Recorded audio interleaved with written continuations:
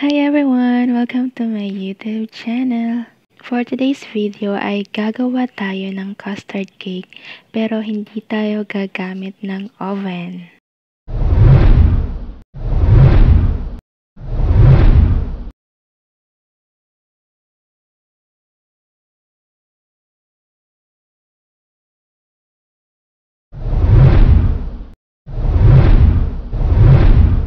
Ito ang mga sangkap na ating gagamitin. Asukal, itlog, all-purpose flour, baking powder, condensed milk, evaporated milk, vanilla extract, cream of tartar. Gagamitin tayo ng palm oil at optional lang yung kalamansi. Una nating gagawin ay gagawa tayo ng caramel. Tutunawin natin ang asukal na puti. Pwede rin kayo gumamit ng wash sugar. Ayan, kailangan nating haluin yan para hindi masunog yung ilalim. Ayan, pinas forward ko na kasi medyo matagal ang pagtunaw ng ating asukal.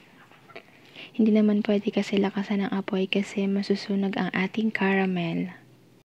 Ayan, natutunaw na ang ating asukal. Ayan, natunaw na ang ating asukal. Lagyan natin ito ng konting tubig. Ayan, haluin natin ito ng mabuti. Pwede nyo guys dagdagan ng tubig kung kulang pa. Pero kailangan na medyo may lapot pa rin ang ating caramel. Huwag nyong susobrahan sa tubig. Ayan, pagkatapos natin gumawa ng caramel, ilagay na natin ito sa ating molde.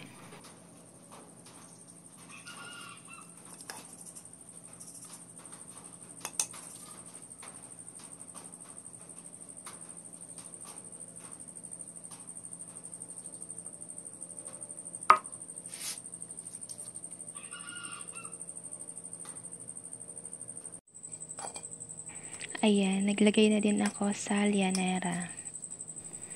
Ayan, pwede nyong gamitin kahit na anong aluminum or yung foil na round. Basta yung hindi nasusunog. Ayan, sa mga nanonood po na hindi po nakasubscribe, please do subscribe na po para madagdagan naman ang ating mga subscribers. And paki-like na din po pala itong video. Thank you and God bless.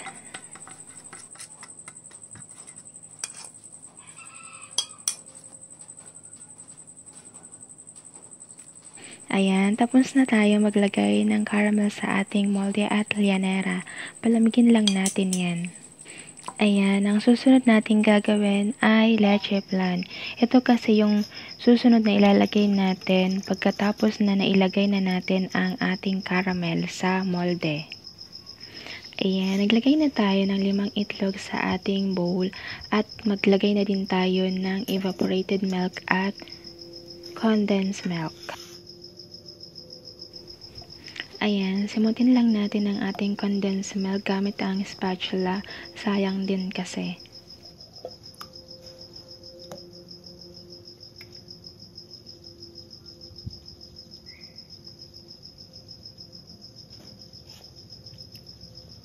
Ayan, natapos na natin mailagay ang condensed milk.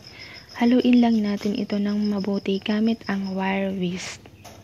Kailangan wala ng buo-buong itlog. Sa umpisa, parang iisipin mo na para masyadong hassle ang paggawa ng custard cake. Pero, sa umpisa lang naman. Pero pagka nasanay ka na, madali lang naman ang paggawa ng custard cake. Marami lang kasing proseso na gagawin. Kaya, tiyaga lang guys kung ayaw nyo bumili ng custard cake at gusto nyong gumawa nito.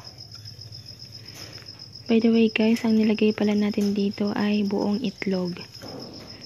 Minsan kasi pag gumagawa ko ng leche flan, ang gamit ko lang ay yung egg yolk. Pero dito, yan, ginamit natin buong itlog. Ayan, naglagay na din tayo ng vanilla essence or vanilla extract. Ayan, haluin lang natin yan. Ayan, nahalo na natin mabuti. Ito, optional lang ito guys. lagyan natin ng isang kalamansi juice. Pero kung ayaw nyo naman lagyan, okay lang din naman. Ayan, halo-haluin lang natin yan. Ayan, may makikita kayo na parang namumuo siya, yung sa egg white. Huwag kayong mag-alala kasi mamaya ay mawawala din yan. Sasalain natin yan para walang namumuo-muo sa ating leche flan. Ayan, tapos na tayo maghalo. Kumuha tayo ng isang container at sasalain na natin ang ating mixture. Ayan, salain na natin. Dahan-dahan lang sa pagbuhos ng ating mixture or sa pagsalin.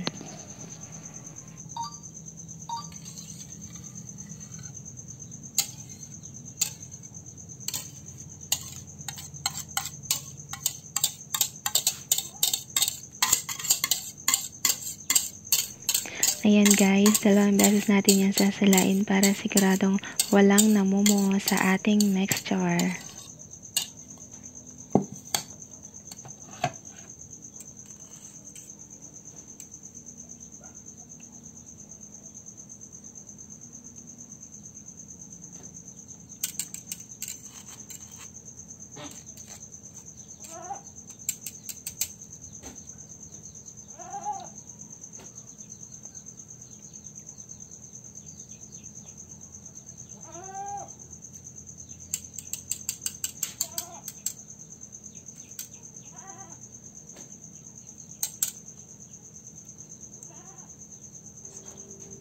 Ayan guys, ito na yung pangalawa nating pagsala.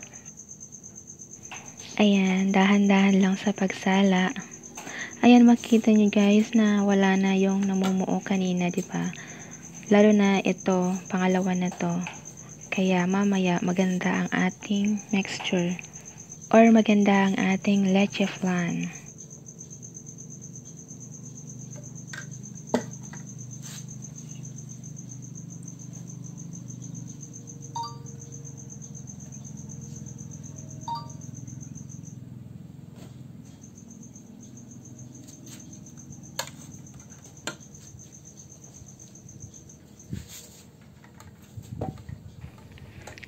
Ayan, tapos na tayo magsala. Ilagay na natin ito sa ating molde. Susunod sa ating caramel. Ayan, dahan-dahan lang. Depende sa inyo guys kung gaano kakapal ang gusto nyong ilagay sa ating molde. Mas makapal, mas masarap syempre. Ayan, maglagay na din tayo sa ating llanera.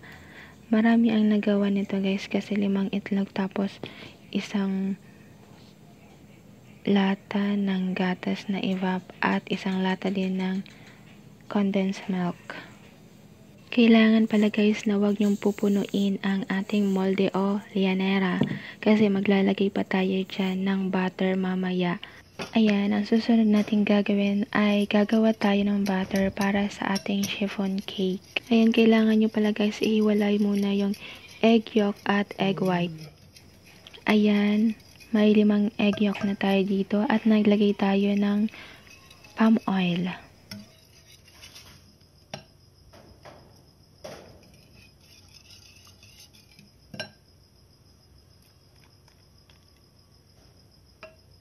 Ayan, maglagay na din tayo ng vanilla essence.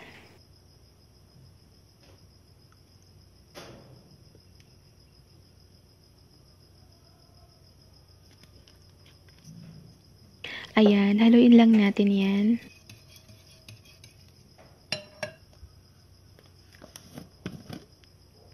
Ayan, maglagay na din tayo ng tubig.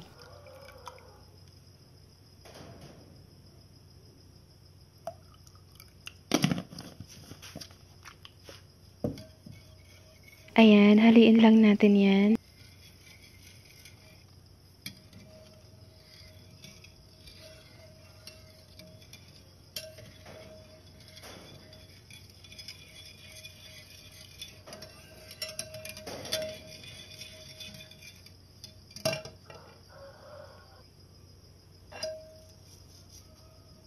Ayan, naglagay din tayo ng konting asin.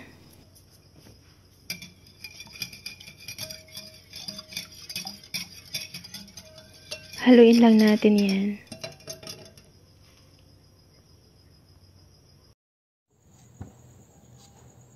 Kunin na natin ang ating all-purpose flour.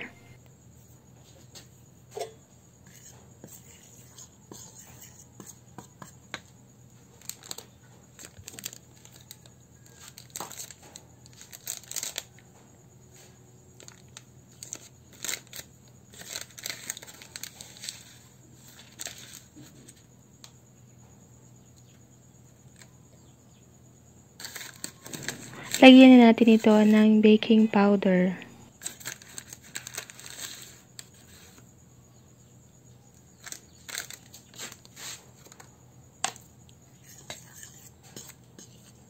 Haluin natin ito.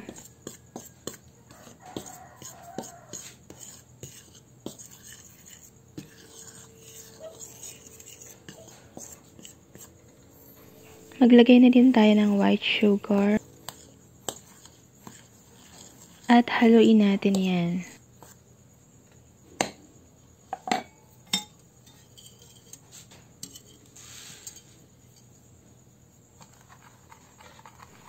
At ilagay na din natin ang egg yolk mixture kanina. Ayan, haluin lang natin yan hanggang sa makombine lahat ng ingredients.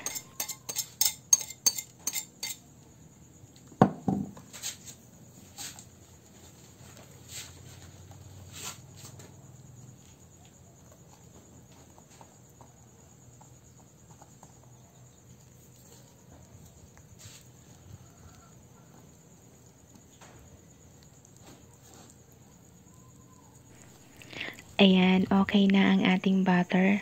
Ang susunod natin gagawin ay gagawa tayo ng meringue or merengue. I-set aside lang natin yan. Ayan, ilagay na natin ang ating egg whites. Kailangan pala guys, yung pinaglagyan natin ng ating egg whites ay hindi basa.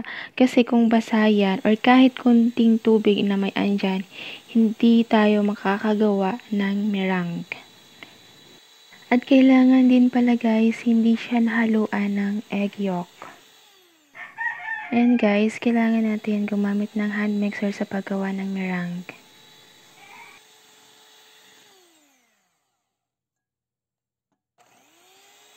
Ayan, nilagyan na natin ng cream of tartar.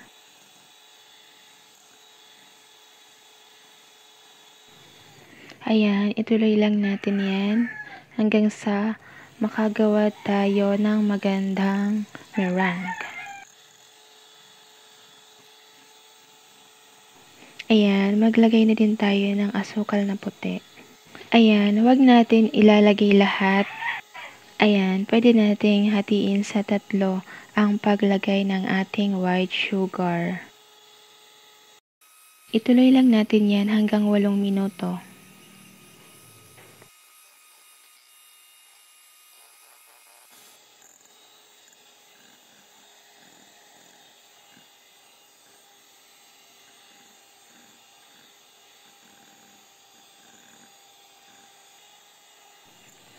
Ayan, okay na ang ating meringue. Makita nyo na kapag ganyan na ang ating meringue, yung hindi na siya bumabagsak. Yan, maganda na yan. Ayan, ang susunod nating gagawin ay maglagay sa batter ng meringue. Ayan, wag muna natin ilalagay lahat. Paunti-unti lang natin, pwede nating hatiin sa 3 paglagay. Ayan, dahan-dahan lang natin yan na i-fold. Huwag nyo pong i-overmix.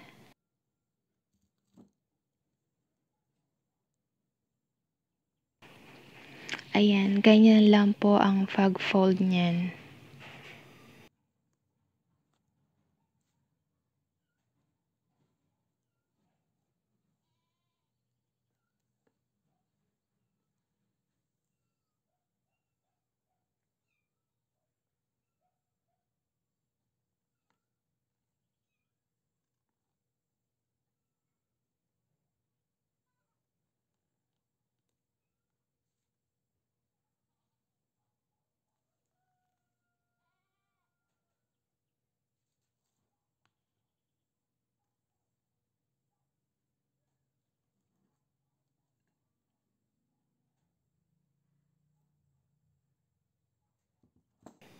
Ayan, maglagay na tayo uli.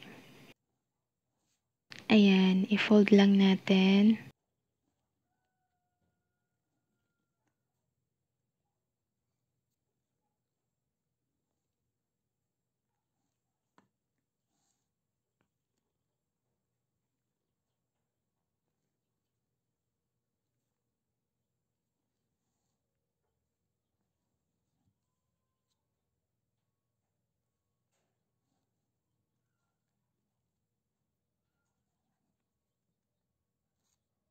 Ayan, ilagay na lang natin dito sa natitira pang meringue. Ayan, i-fold lang natin.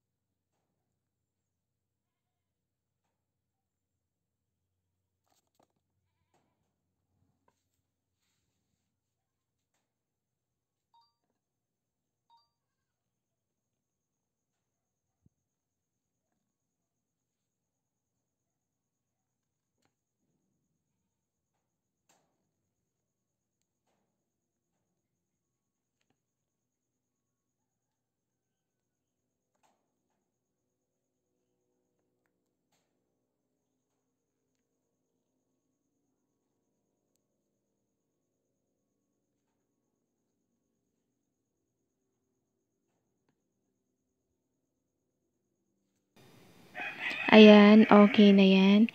Ilagay na natin yan sa ating molde. Dahan-dahan lang sa paglagay. Yung una nating nilagay sa ating molde ay ang caramel. Ang sinunod natin ay ang leche flan. Ito na ang last na ilalagay natin, ang ating chiffon cake. Ayan, dahan-dahan lang sa paglagay.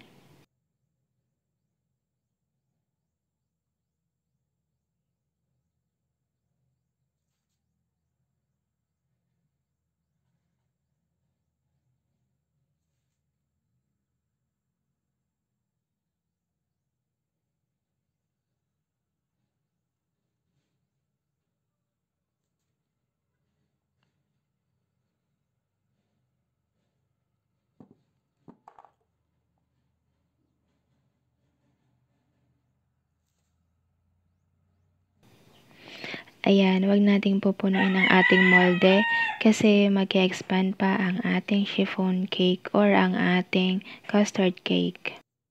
Ayan, i-steam na natin. Kailangan napakulo natin yan kanina bago pa ilagay ang ating molde. Balutin natin ng tela ang takip ng kaserola. I-steam lang natin yan ng 45 minutes. Depende rin sa kapal guys, kung masyadong malaki ang ating molde, dagdagan na lang natin ng minuto. Ayan, after 45 minutes, check natin kung luto na ang ating custard cake. Kung wala nang dumikit sa ating stick, it means na luto na yan. Ayan, pinalamig ko muna yan guys bago ko nilagay sa plato. Ayan, ito na ang ating custard cake. Mas masarap talaga guys kapag medyo makapal ang ating leche flan. That's all for today's video. Thank you for watching guys. Don't forget to like, share, and subscribe. And pakiclick na rin ang notification bell for more updates. Thank you and God bless.